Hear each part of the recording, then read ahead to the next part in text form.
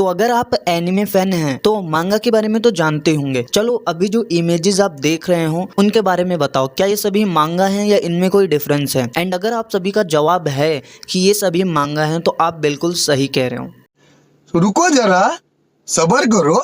अगर आपने भी इन सभी को मांगा कहा है तो रुको, तो बेटा बहुत कुछ समझना है जिंदगी में। इन सभी को मांगा केवल एक न्यूबी ही बोल सकता है, जिसने अभी अभी में एनिमे देखना स्टार्ट किया हो या वो मांगा के बारे में बहुत कम जानता हो। देखो इनमें से कुछ थी मानवा और कुछ थी मानुवा। उम्मीद है मैंने प्रोनाउंसिएशन सही की होगी, बाकी आप स्पेलिंग तो देख ही लेंगे। जब से एनिमे और मांगा पॉपुलर हुए हैं तो ज़्यादातर लोग यही सोचते हैं जो भी कॉमिक ब्लैक एंड व्हाइट में है वो जैपनीज मांगा ही होगी, लेकिन ऐसा नहीं है। मेरा चैनल एनिमे पर बेस्ड है तो ऐसी मिथ तोड़ना तो बहुत ज़्यादा जरूरी है। वैसे अगर बात करें तो हर ब्लैक एंड व्हाइट कॉमिक कभी भी मांगा नहीं हो सकती है, कुछ उनमें बहुत ज़्यादा डिफरेंस होते हैं। कुछ मानवा होती है, कुछ मानवा होती हैं। तो इन डिफरेंसेस के बारे में ही आज हम वीडियो में बात करने वाले हैं। एंड अगर आप भी इन डिफरेंसेस के बारे में नहीं जानते तो वीडियो को एंड तक जरूर देखना। आपको आपकी वाइफों की कसम, माना की कसम देना ठीक नहीं है, लेकिन वीडियो को एंड तक जरूर देखना। तो वीडियो को करते हैं स्टार्ट एक छोटे से इंट्रो के साथ।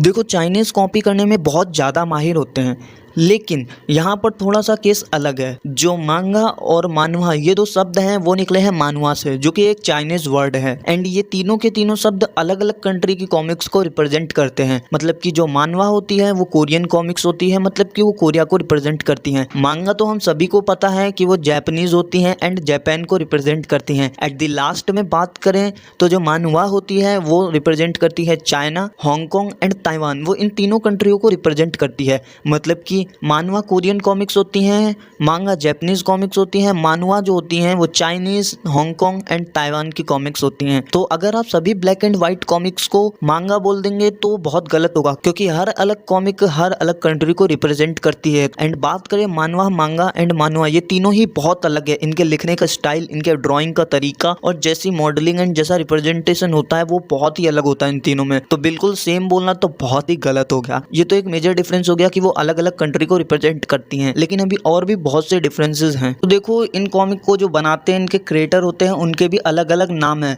मतलब कि जो मांगा को क्रिएट करते हैं उन्हें मानगाका कहते हैं, और जो मानवा क्रिएट करते हैं उन्हें मानवागा कहते हैं, और जो मानुवा क्रिएट करते हैं उन्हें मानुहाजिया कहते हैं। उम्मीद है मैंने इनकी प्रोनाउंसिएशन सही की होगी। थोड़े से डिफ़िकल्ट पड़ जाते हैं मेरे लिए ये, फिर भी मैंने आपको स्पेलिंग तो दिखा दी होगी तो आप भी देख सकते हैं। और अब हम बात करने वाले इनमें जो सबसे बड़ा डिफरेंस होता है वो है आर्ट वर्क एंड टेक्स्ट। मांगा, मानवा एंड मानवा, इन तीनों में ही आर्ट वर्क काफ़ी ज़्यादा अलग होता है। जैसे कि मांगा की ओर बढ़े तो मांगा थोड़ा सा कार्टूनिस्ट स्टाइल को अभी भी कॉपी करके चलता है। मतलब कि अगर आपने देखा होगा मांगा में तो बहुत से कैरेक्टर ऐसे होते हैं जो कि रियलिटी में एग्जिस्ट करना मुश्किल हो जाता है। अब बात करें जैसे कि वन पीस, अगर आपने देखा होगा तो उसमें उस सब की नाक बहुत लंबी है। मैं ये कह रहा हूँ कि वो अभी भी थोड़ा कार्टूनी स्टाइल को लेके चलते हैं। बहुत से मांगा के कैरेक्टर होते हैं जिनके बाल, कम ही होंगे ऐसे कैरेक्टर जिनके ओरिजिनली ब्लैक होते हैं, वरना सभी कैरेक्टर लगभग अलग अलग तरह के बाल रखते हैं उसमें। तो कह सकते हैं ये अभी थोड़ा सा डिफरेंट स्टाइल को कॉपी करके चलते हैं। उनके कैरेक्टर बहुत ज़्यादा स्टाइलिश होते हैं, ऐसा कर सकते हैं। और जो मांगा में पढ़ने का तरीका होता है वो राइट टू लेफ़्ट होता है। अगर आप मांगा पढ़ रहे हैं प्रिंटेड फॉर्म वाली तो उसमें आप राइट टू लेफ़्ट पढ़ेंगे। और ज़्यादातर मांगा हमेशा ब्लैक एंड वाइट ही रहेंगी, बहुत कम होंगी जो आपको देखने को मिलेंगी कलर्ड, या फिर ज़्यादातर आपको कलर्ड केवल फ्रंट पेज देखने को मिलता है, मतलब फ्रंट कवर की बात कर रहा हूँ। एंड ओरिजिनली जो मांगा होती हैं वो ब्लैक एंड वाइट में ही पब्लिश होती हैं। अब हम बात करें मानवा की तो देखो मानवा में ज़्यादातर जो कैरेक्टर होता है उस पर ध्यान दिया जाता है उसकी मॉडल पे। मतलब कि कैरेक्टर को वो रियलिटी से कनेक्ट करना चाहते हैं, लगभग जैसे एक्चुअल ह्यूमंस होते हैं उसमें वैसे ड्रॉ किया जाता है। मतलब रियल लगने चाहिए, वो रियलिज्म में बहुत ज़्यादा काम करते हैं। आंखें बिल्कुल नेचुरल बनाने की कोशिश करते हैं जैसे असलियत में इंसान होते हैं।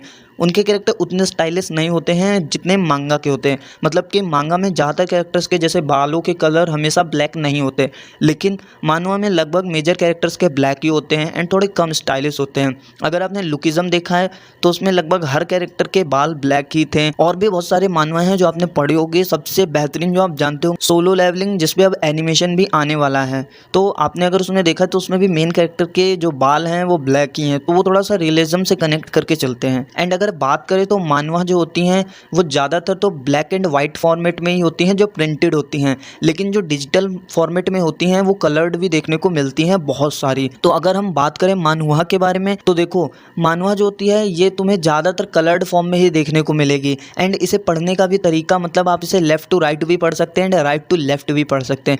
अगर मैंने आपको मानवा में नहीं बताया तो मतलब जो कोरियन कॉमिक्स होती हैं उनको पढ़ते हैं लेफ़्ट टू राइट, जैसे कि हम अपनी नोटबुक्स पढ़ते हैं इंडिया में। और जो क्या कह सकते हैं मांगा होती थी वो हम पीछे से स्टार्ट करते हैं। एंड जो मानवा होती है मतलब चाइनीज़, उन्हें हम कहीं से भी पढ़ सकते हैं, आगे से भी पीछे से भी, लेकिन डिपेंड ये करता है वो किस रीज़न में बनी है।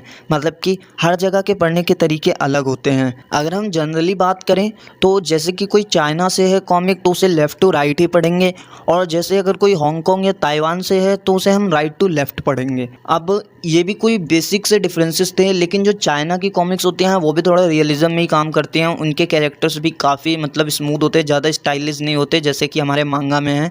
और अगर इसका एक बेस्ट एग्जांपल चाहिए तो अगर आपने the daily life of immortal king देखा है तो उसमें पता चल जाएगा। तो उसमें भी कैरेक्टर मांगा जैसे नहीं होते हैं, रियल ह्यूमन जैसे लगते हैं। तो उनके डिज़ाइन में काफ़ी अंतर है एज़ कम्पेयर टू मांगा, मानवा एंड मानवा।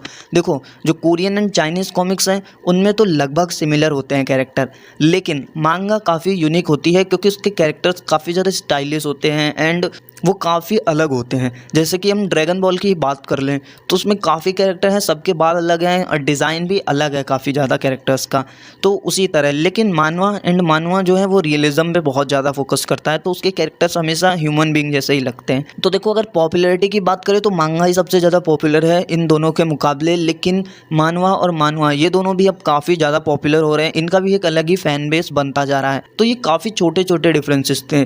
एंड मांगा एंड मानवा इनकी एक अलग ही स्टोरी है, कैसे ये इतनी ज़्यादा पॉपुलर हुए, सबकी एक अलग स्टोरी है। लेकिन मैं इसमें केवल आम जो छोटे छोटे डिफरेंसेस हैं वही बताना चाहता था। अगर आपको वो सारे डिफरेंसेस भी जानने हैं तो आप कमेंट करके ज़रूर बताना। एंड हाँ, अगर आपका इसका सोर्स के बारे में पढ़ना है तो उसके लिंक मैं डिस्क्रिप्शन या कमेंट सेक्शन में दे दूँगा। मैंने जहाँ से इसका कंटेंट लिया है तो आप उसे भी जाकर चेकआउट कर सकते हैं। अगर बहुत ज़्यादा डिटेल चाहिए तो वहाँ पर बहुत डिटेल में लिखा हुआ है। तो फिलहाल वीडियो यहीं तक थी। एंड अगर वीडियो पसंद आई हो तो चैनल को जरूर सब्सक्राइब करना। देखो इस वीडियो में बहुत ज़्यादा टाइम लग गया था क्योंकि बहुत सारी इन्फॉर्मेशन निकालनी थी, लेकिन फिर भी वो मैं पूरी इस वीडियो में नहीं दे पाया क्योंकि वीडियो और भी बड़ी हो जाती। तो वीडियो देखने के लिए बहुत बहुत थैंक यू।